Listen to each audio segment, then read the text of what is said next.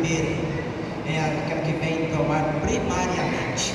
A partir dela, a partir dos seus princípios, a partir dos seus valores, a partir daquilo que foi ensinado, adquirido através desse ensino, é que vai se levar adiante, que vai se construir cidades, se constrói reinos, se constrói nações.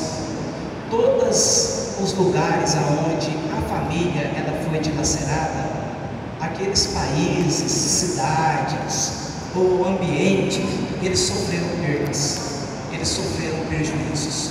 Lugares onde as famílias são valorizadas, famílias ali têm um valor, seu devido valor e têm o seu devido investimento, são lugares que têm aquela devida prosperidade em todos os sentidos, não apenas uma prosperidade material, financeira, mas uma prosperidade no lar, uma prosperidade de alegria, uma prosperidade de paz, de comunhão, de fraternidade.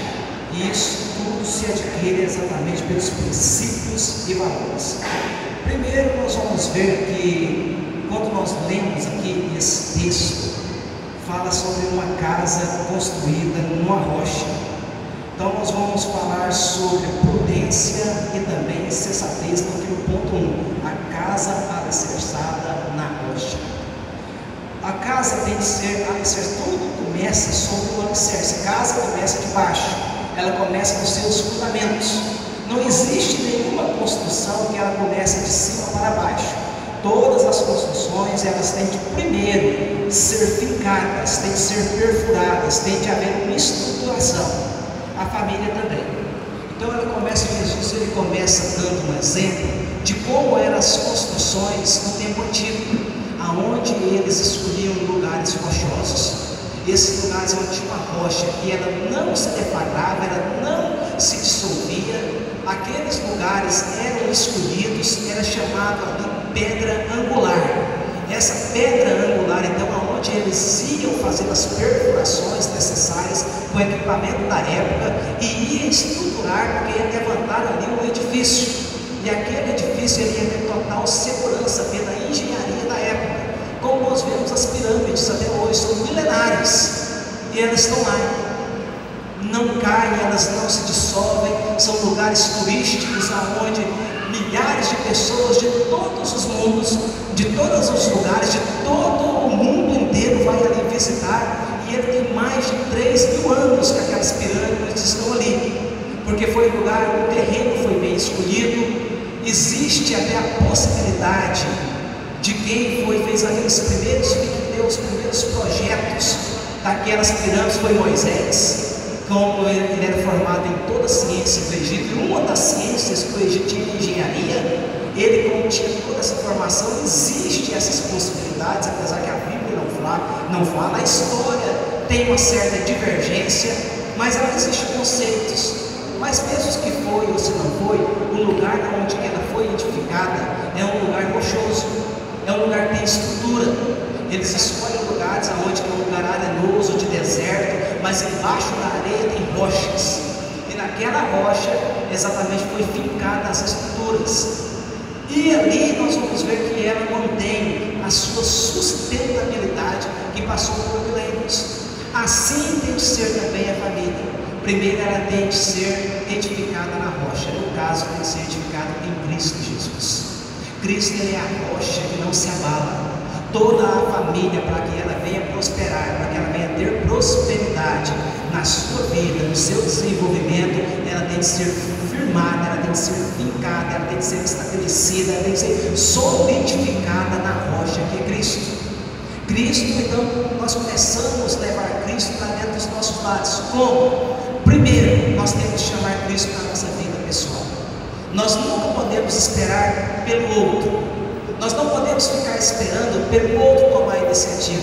Se nós estamos vendo que está acontecendo algo que precisa de Cristo no nosso lar, eu, você, nós temos de tomar a iniciativa de estabelecer, edificar ali as nossas bases em Cristo. Uma vez que ela é fincada ali, esse mesmo texto, agora que Jesus fala em Mateus, Jesus ele fala algo imperativo. Existe aqueles que também vão ser insensatos, que Ele vai edificar também uma construção, que Ele vai fazer uma construção, mas porém em areia, em lugares arenosos, em terras inapropriadas. De quando em vez aqui no Brasil acontece muito, construções descem abaixo. Aí tem aqueles cheios de processos, vai atrás da construtora, do engenheiro que não olhou, que não analisou, pessoas que morrem, indenizações, tem empresas que até fecham, quebram. Por isso, empresas que eram grandes construtores no passado, hoje não existe mais, exatamente por causa de displicência, por causa de insensatez dos seus engenheiros. E tudo começa no local. O engenheiro não pode olhar ali, olhar simplesmente pelo lucro. Se aquele lugar não tem condição, o terreno não oferece aquelas condições necessárias, ele tem de falar, tem de fazer o projeto, tem de fazer todos os seus escritos ali, falar, não pode fazer essa construção aqui. Não tem sustentabilidade essa terra aqui. Com o tempo ela vem ruir. Infelizmente, muitos olhando pelo lucro vigente no momento e acreditando que talvez seja apenas uma teoria, essa teoria se torna em prática. Com o tempo ela se dissolve, cai, pessoas morrem, e todas as vezes que construções caem, ela traz prejuízos. Toda vez que uma família ela é deflagrada, existem prejuízos nesse seio familiar. Todas as vezes que essa família ela vem se ruir, porque ela não está estruturada na rocha, ela vem sofrer prejuízos. Prejuízos que ficam em filhos, prejuízos que ficam em esposa, prejuízos que ficam no ex-marido, prejuízos que ficam no seio familiar, o medo de uma nova reconstrução familiar, pessoas que ficam muitas vezes deprimidas, tudo porque ruiu, e que faltou a estrutura rochosa, que faltou Cristo, que faltou levar Cristo. E Cristo não tem que ser levado. Se você, eu, nós estamos vendo acontecer isso no nosso lar, levemos para dentro do nosso lar Cristo, levemos para dentro das nossas bases, trazemos Cristo, Ele está à nossa disposição. Quando Ele falou, onde estiver reunido 2 ou 3 ali, eu estarei. Então nós podemos, dentro do nosso lar, invocar a Cristo, que Ele esteja ali permanentemente, e Ele traz vitória, Ele traz reconstrução, porque a reconstrução, na verdade, ela é mais difícil do que uma construção. Já prestou atenção nisso? Que reconstruir é mais difícil que construir, porque a reconstrução vai gastar mais. Tudo que vai reconstruir tem de tirar primeiro aquilo que já estava para lançar novos alicerces. Ela demora mais, o processo mais lento, o processo ali para fazer uma reconstrução. Então construir é melhor. Fazer a construção do lar sempre será um privilégio. 1.2 fala uma casa edificada na areia. Se essa areia, no qual Jesus falou que ela foi edificada, e Ele fala, olha, veio rios, ventos, sopraram sobre aquela casa. Em Mateus Ele fala que esses rios, que esses sopros não sopram apenas em uma casa, em todas as casas. A casa que estava estabelecida na rocha também sofreu o mesmo ataque. O fato de nós estarmos em Cristo, nós não estamos isentos dos problemas. O caso de nosso lar ser um lar cristão, a nossa vida estar alicerçada em Deus, nós não estamos isentos dos problemas. Não estamos isentos das doenças, não estamos isentos de conflitos, não estamos isentos ali muitas vezes de incompatibilidade de gênero. Isso acontece, isso faz parte, porque nós estamos no mundo, nós somos pecadores, eu sou pecador, minha esposa é pecadora, e aonde vivem 2 pecadores, uma hora ou outra vai ter problema, uma hora ou outra os problemas vão entrar em vigência. Mas quando essa casa é edificada na rocha, esses ventos sopram, esses ventos chegam, mas a casa não cai, ela permanece na palavra. Já a areia, a Bíblia não fala simplesmente que ela caiu. Observa que Jesus não fala que soprou ventos, que veio o rio, veio a tempestade e ela caiu. Jesus foi grande a sua queda. Foi grande a sua. A queda de uma família, ela traz prejuízos, muitas vezes irreparáveis. Ela traz prejuízos irreparáveis, porque o próprio Jesus foi grande a sua queda. Não apenas que ela caiu, Jesus ele enfatiza isso.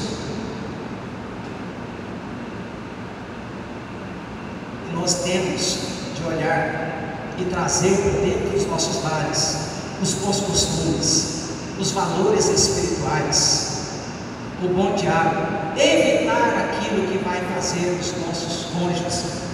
Muitas vezes isso não pode ser uma coisa que vai acontecer todos os dias. Como eu te falei, os conflitos, os problemas, eles existem, mas eles existem para ser superados. Nós não podemos ser superados por eles, nós temos de superá-los em Cristo. É por isso que os problemas existem. Paulo foi um homem cheio de problemas. Existiam famílias problemáticas, famílias que estavam sofrendo, mas mesmo assim em Cristo, esses problemas, eles são superados. Ele nos alicerça, ele nos fortalece. Paulo, ele poderia ter desanimado nas suas lutas, ele poderia ter desanimado nas suas prisões, ele poderia ter desanimado nas suas humilhações.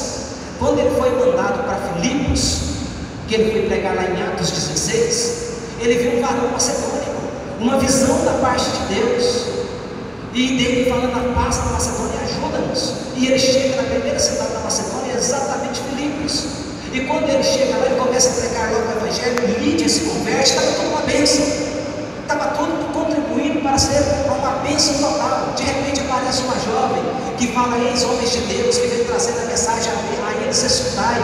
Porém Paulo entende que aquilo ali era Satanás, ele expulsa, e depois disso ele vai preso, ele é chicoteado em praça pública, ele é humilhado, mas ele é levado para o cárcere interior, ele é preso nos troncos, e ali ele podia falar com Jesus ali: Pai, o Senhor me dá uma visão, o Senhor me manda para cá, eu obedeço ao Senhor, e agora onde estou aqui? Preso, sofrendo, apanhando, sendo virado, humilhado, no cárcere inferior. Você já viu a precariedade das nossas cadeias hoje? Você já observou as televisões, os documentários? Você imagina 1 a 2 anos atrás, que não tinha banheiro, não tinha saneamento. Foi nesse lugar que Paulo estava, e no mais, no inferior, foi lá que ele estava. Ao contrário disso, a Bíblia fala que perto da meia-noite, Paulo e Silas louvavam a Deus e oravam e cantavam hinos. Talvez diferente das nossas atitudes hoje. Às vezes eu poderia falar: Senhor, eu te obedeci, aqui eu estou, e agora eu estou passando por isso. Eu obedeci a voz do Senhor, a visão que o Senhor me deu. O que está acontecendo comigo? Eles estavam orando. Eles não sabiam, não tinham uma profecia, ninguém falou para eles que se eles orassem aquela cadeia ia cair. Não tinha essa profecia vigente. Ninguém chegou e falou: ó, ora aí que quando vocês orar, a cadeia vai cair. Não existia isso. Eles não estavam orando para acontecer alguma coisa, eles estavam orando porque eles estavam adorando a Deus, independente das circunstâncias. E muitas vezes, quando nós fazemos isso, nós levamos para dentro dos nossos lares. Não é a família que cai, mas aquilo que prejudica, as cadeias que nos prende, como as de Paulo, é que vai cair, é que vai ruir, e nós vamos ser, como a Bíblia fala, mais do que vencedores em Cristo Jesus. É levar Cristo para dentro do nosso lar. 1.3 fala: uma casa edificada pelo Senhor. Primeiro, todo lar ela tem que ser edificado, mas tem que ser edificado primeiro pelo Senhor. Hoje muitos casamentos, eles não estão prosperando porque pessoas já não estão indo mais buscar o conselho de Deus, estão indo pela sua própria percepção, estão indo pelos seus próprios desejos, pelos seus próprios olhares. E famílias hoje estão começando, e da mesma maneira que começam com rápido, se dissolvem com rápido. Todas as famílias, elas têm que ser um projeto, e esse projeto em Deus. Ela tem de começar na oração, ela tem de começar pedindo o auxílio de Deus, ela tem de começar trazendo Deus para perto, para que essa família se desenvolva. E mesmo Deus estando perto, não é sinônimo de coisas ruins vão acontecer. Jesus, ele foi convidado no seu primeiro milagre de estar numa festa de casamento, e ele foi. E isso não foi uma coincidência da parte de Deus, foi uma providência de Jesus fazer o seu primeiro milagre num ato de um matrimônio. Só porque mesmo Jesus sendo convidado, mesmo Jesus estando lá, o vinho faltou. O vinho faltou. Mesmo que ele foi convidado, mesmo que o fato estar na nossa vida, nós não estamos isentos de problemas, como muitos pregam por aí. O crente não é imune, o crente não está dentro de uma estufa, não está dentro de um campo de força onde ele é blindado totalmente. Não existe isso. Os problemas existem para todos. Quando cai um avião e tiver crente, cai crente e descrente. O crente não fica batendo asinha lá em cima. Quando um navio afunda, morre crente e descrente.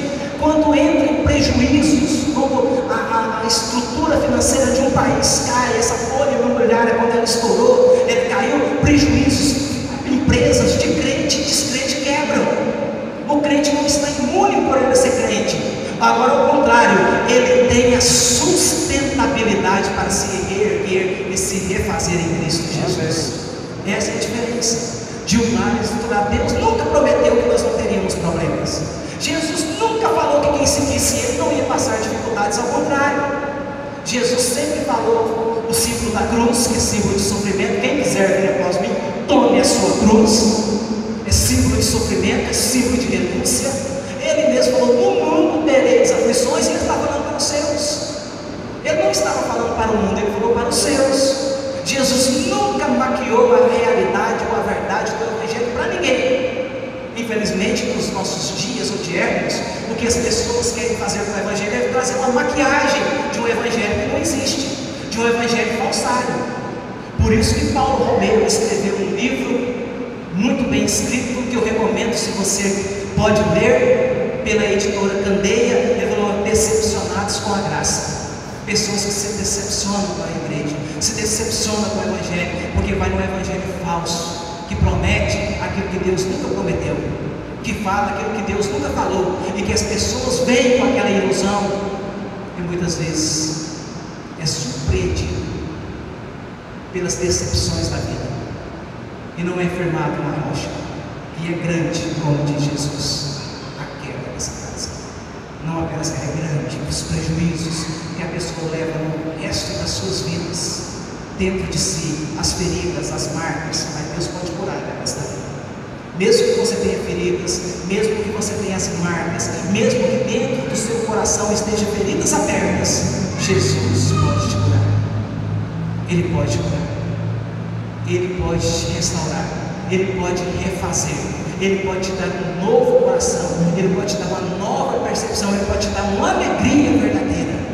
Mas tudo tem de começar nele. Não começa por ilusões. Não comece simplesmente por aquilo que você vai. Primeiro, vai pelos conselhos de Deus. Vai pela Bíblia. Não ande pelos seus próprios. Todas as vezes que nós vamos pelas nossas próprias intenções, o que sobra para nós é o medo, é o prejuízo, é o desespero. Nós temos de andar segundo a perspectiva de Deus. Os problemas existem, mas nós somos mais do que vencedores. Vencedor existe no mundo, mas Jesus nos chamou para ser mais do que isso, mais do que vencedores dele, na pessoa dele. 2. Princípios divinos para o matrimônio. Princípios, elas são regras que nos orientam a ação de um ser humano em todas as áreas da vida. É uma ordem divina proposta para nós ligar um casal da influência e das interferências. Esse propósito divino, esses princípios, 1.2.1 fala os princípios de um novo relacionamento. O que é esse novo relacionamento? É quando nós somos criados num ambiente familiar, você tem o seu pai, a sua mãe, você foi criado nesse ambiente, de repente, você agora vai contrair um matrimônio. É uma nova estrutura, é um novo lar. Eu não posso levar agora comigo simplesmente aquilo que meu pai quer, porque eu vou estar com duas pessoas. São duas pessoas diferentes, duas pessoas que têm criação diferente, que elas vão se unir e elas vão ter de construir uma nova história, aonde eu vou ter de absorver coisas dela e ela de mim, querendo ou não, sendo agradável ou não, nós temos de absorver uma coisa do outro. Nós temos, é como um rio. Você já viu quando os rios se encontram, que as águas não se misturam? Elas ficam separadas, mas com o decorrer dos quilômetros elas se misturam. Aí já não tem mais separação. No começo elas estão separadas, uma de uma cor, outra do lado. Quando você vai alguns quilômetros adiante, você não sabe mais quem é quem, porque elas se misturaram. Aí a Bíblia fala uma só carne. Junta essas duas personalidades e agora vai formar uma nova estrutura de lar, um novo relacionamento. Por isso que Adão, quando ele recebe Eva, ele falou: essa é carne da minha carne e ossos dos meus ossos. E ele fala aquela profecia: deixará o homem seu pai, sua mãe, e unir-se-á a sua mulher. É uma nova construção, é um novo seio. No meio do seio familiar, nós temos afeto, nós temos afetos amorosos, nós tivemos a nossa concepção. No meio do relacionamento agora, é outro tipo de amor, porque o grego ele vai definir agora os amores. No português, todo amor é amor. No grego ele define com amor. Esse amor que nós tínhamos no seio familiar, a Bíblia fala que é um amor chamado filéu. É um amor de amigos, é um amor de pais para com filhos, de um amigo para com o outro. Ele pode ser mais extenso ou menos extenso, mas ambos são filéu. Agora, no seio familiar, nessa nova construção de um homem com uma mulher com um homem, é um amor eros. É um amor que, além de ter um amor, ele tem erotização, é um amor erótico. É um amor que Salomão ele tributou para a Sunamita. Por isso que o livro de Cântico dos Cânticos ele é considerado um livro erótico. De fato ele é um livro que vai falar da erotização entre um homem e uma mulher. É nesse seio, é nesse amor, é nessa perspectiva de amor que vai ser construída uma nova família. É um outro amor. Então eu não posso levar simplesmente meus princípios e tentar impor dentro desse novo lar, e nem pode deixar que o cônjuge, mas ambos vão construir os princípios estabelecidos na Bíblia Sagrada. E vai fazer agora com esses rios que se encontram, que eram separados, mas no caminhar dos anos eles se misturam e se tornam uma só carne. Uma só carne, uma só ordem. 2.2, o princípio da unidade. Esse princípio da unidade, ele é falado pelo escritor Timóteo Keller, que essa palavra que ele fala apegar-se-á à sua mulher. Esse apegar-se-á é ser colado. O termo grego da Septuaginta que fala deixará o homem e apegar-se-á à sua mulher, ou é ser colado. Você já colou um papel com o outro? Você já viu quando você puxa para ele descolar, um tem de danificar o outro? Você percebeu? Eles não saem mais lesos. É exatamente isso, é nessa perspectiva que ali quando falou: eu deixará o homem, seu pai e sua mãe, apegar-se-á. E todas as vezes que isso é rompido, ela deixa suas marcas. Ela deixa lá as suas marcas. As marcas vão existir. Porque o próprio Deus, o próprio Cristo falou: não pode desfazer o homem aquilo que Deus ajuntou. Talvez você pense: nossa, eu casei muito novo, eu casei muito nova, nós casamos ali, eu não tinha experiência, eu nem amava, eu descobri que agora eu não amo, eu descobri que agora eu não quero mais, eu era muito inexperiente. Isso não tem desculpa diante de Deus. Quando Josué estava para invadir as terras prometidas, os ebionitas disfarçaram de pessoas longínquas, veio com um pão embolorado e chegaram lá diante dele e falaram que era uma terra distante. E foi na base de uma mentira, de um engano. Eles não consultaram a Deus, a maioria, talvez muitas pessoas fazem, a maioria de casamentos que vão se ruindo hoje, principalmente desses jovens que estão se casando hoje, não consultam a Deus. Infelizmente, não são todos, não estou generalizando, tem muitos jovens aqui que consultam a Deus e o casamento deles vai ser uma bênção, mas alguns, infelizmente, não consultam os pais, não consultam a Deus, e esse casamento vai ruir. E aí, quando fez aquelas, os ebionitas se enganaram, eles fizeram aquela aliança, mesmo que foi um engano, diante de Deus ela foi aceita. Diante de Deus ela ficou registrada, e Deus não deixou de destruir os ebionitas. Não teve desculpa mais, porque foi feita uma aliança. Por isso que Jesus falou: o que ajuntou, o que Deus ajuntou, o que é um projeto de Deus, o homem não pode separar. O homem não tem autoridade para desfazer. Mesmo que não, eu casei, não nem amava, foi um impulso, foi apenas dos desejos físicos sexuais. Diante de Deus, esse contrato de diante de Deus, ele está feito. Mesmo lá, como eu falei, pegou o exemplo, para Deus não teve desculpa, para Deus ele não podia ser ruído. Passou-se os anos, passou-se os séculos, quando aconteceu de alguns matar os ebionitas, Deus mandou praga a Israel, e Davi teve de pegar jovens dentre os israelitas e mandar eles para ser mortos, para que a ira de Deus se enfadasse, porque foi feito um contrato, e eles fez um contrato com Israel debaixo do engano. O mal foi de Josué, de não ter consultado a Deus. Deus ele não aceita quando, uma vez que esse contrato, uma vez que essa aliança é exposta, nós podemos, por isso que Jesus falou, se eu ficar e falar para você que nós podemos simplesmente deixar de amar, porque existe, não é deixar de amar, porque o amor que a Bíblia nos chama para amar, não é um amor sentimental. Simplesmente ele existe, esse amor sentimental, ele é gostoso, ele é bom de ser vivido, ele é bom de ser vivido entre amigos, entre parentes, entre marido e mulher, é bom ser vivido na igreja, mas ele não é o principal. Por quê? Porque as nossas emoções são muito vulneráveis.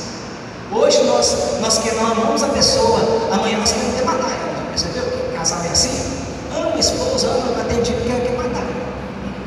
É ou não é verdade? Ama, mas por quê? Porque os nossos sentimentos eles são vulneráveis. Aí Jesus nos chama de um amor, mas um amor que ele vem de Deus, que ele não é um amor sentimental, mas ele é um amor além de ordenanças, ao ponto que ele nos manda amar os nossos inimigos. Você sente alguma coisa boa para alguém que te fez mal, para alguém que te persegue, alguém que quer puxar seu tapete? Se for falar para mim, eu não vou acreditar que você sente alguma coisa boa. Eu acredito que você ama essa pessoa em Cristo. Aí porque você está cumprindo o mandamento. Mas não tem como você sentir uma coisa boa por ele. Pessoas que te fez mal, pessoas que te prejudicou, você perdeu o emprego por causa daquela pessoa. E a ordem de Deus é que nós vamos tributar amor nessa pessoa. Deus não mandou você sentir uma coisa boa por ele, Deus mandou você orar por ele, independente dos seus sentimentos. Aí entra a obediência. Deus ele é maior. É esse amor sacrificial de obediência que está dentro do casamento, que tem que estar dentro do seio familiar. Não é apenas marido e mulher. Quando eu falo do casamento, eu não estou falando apenas de um homem, estou falando do seio familiar, de pais e filhos. Porque quantas vezes que nós vamos falar de casamento, parece que nós visualizamos apenas o marido e a mulher. Não é apenas o marido e a mulher que está em jogo na estrutura do casamento, é a estrutura da família. Essa família ela tem que estar estruturada em Cristo. Esse amor eles tem que estar firmado em Cristo. Mas se existir o divórcio, o que nós podemos fazer? Como o escritor ele colocou muito bem, se ele vier a existir, primeiro nós vamos recorrer a Deus para que nós vamos receber os nossos divorciados, mas nós não podemos dar ordem para o divórcio. Ao contrário, porque o que Deus ajuntou não separa o homem. Essa é a ordem primária e essencial da parte de Deus. Independente se os nossos sentimentos ruíram ou não, se eles existem mais ou não, porque o que está mandando foi a aliança que foi feita diante de Deus, como os ebionitas fizeram. O que estava valendo não era o engano dos ebionitas, era a aliança. E Deus aceitou a aliança. Deus não rompe com alianças. 2.3 O princípio da permanência. O pastor Eliezer Lira, ele escreveu sobre o divórcio. Ele fala que Moisés, ele não instituiu o divórcio, ele permitiu. É diferente. Moisés ele não fez uma instituição de divórcio, apenas permitiu. Permitiu por causa exatamente pelo coração corrupto e pecaminoso. Por quando Jesus falou que a dureza do vosso coração, porque essa dureza está falando por causa da pecaminosidade do nosso coração. Era isso que é dureza. Dureza não é somente ser duro, ser uma pessoa insensata, inflexível. O que Jesus quer dizer com dureza é o pecado. É o pecado que nos solidifica, é o pecado que não nos abre, é o pecado que não nos deixa chegar diante de Deus para obedecer primeiro a Deus para ouvir o homem.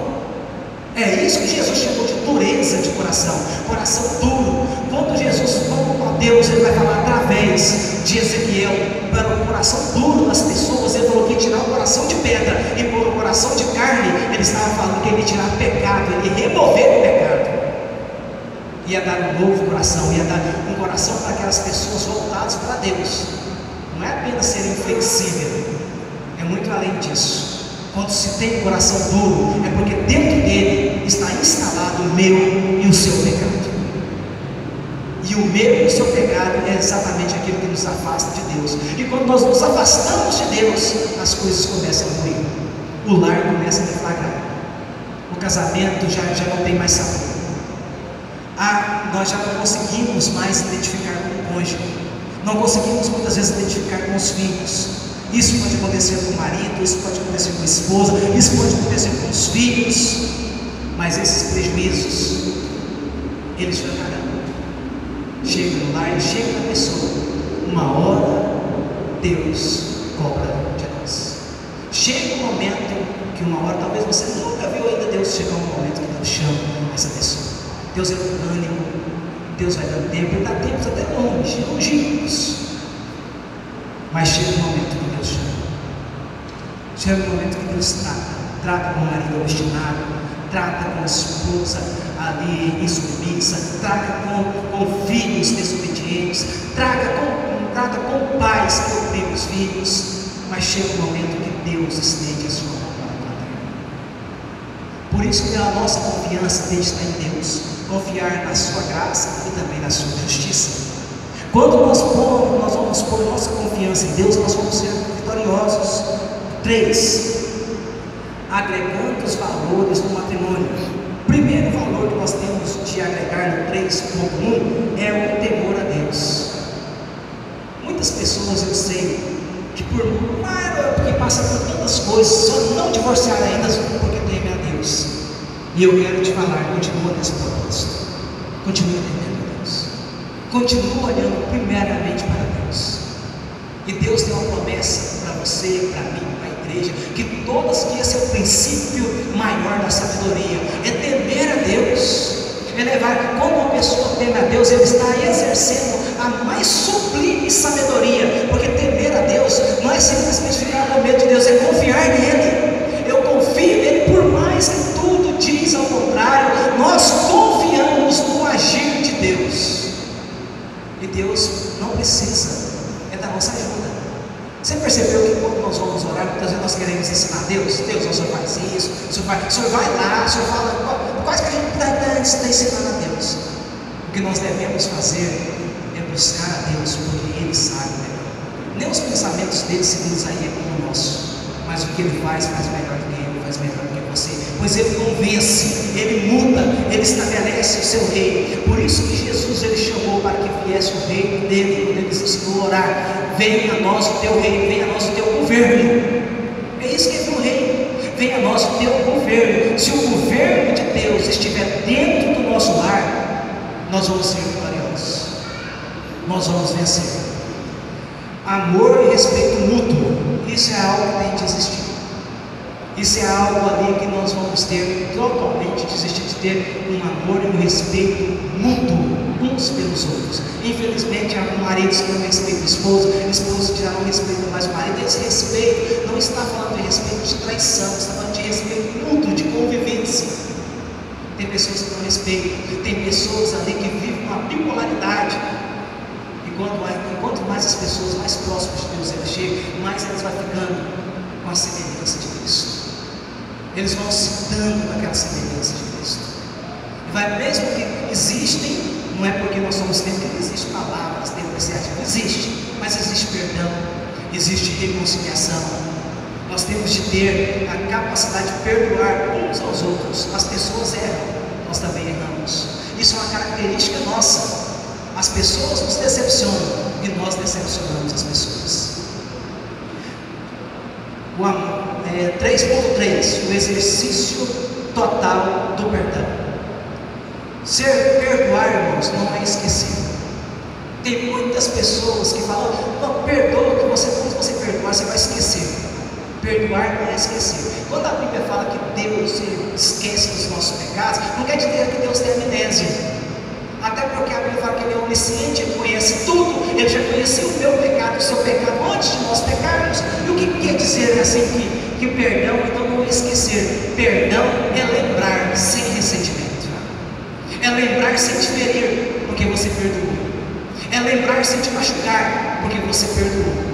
Porque você decidiu que perdoar é melhor. Quando você não perdoa, você leva essa pessoa todo lado que você está. Você almoça com a pessoa, você janta com a pessoa, você dorme com a pessoa. Essa pessoa está e vira, porque vai virando aquele total inferno na sua vida, porque você não perdoa. Mas quando você oferece o perdão, você desvencia, você lembra, mas não tem mais ressentimento. Você lembra, mas já não tem mais dor. Você lembra, mas está entregue nas mãos de Deus. Ofereça o perdão ao Senhor. Ofereça o perdão à estrutura familiar. Quero convocar você a colocar-se de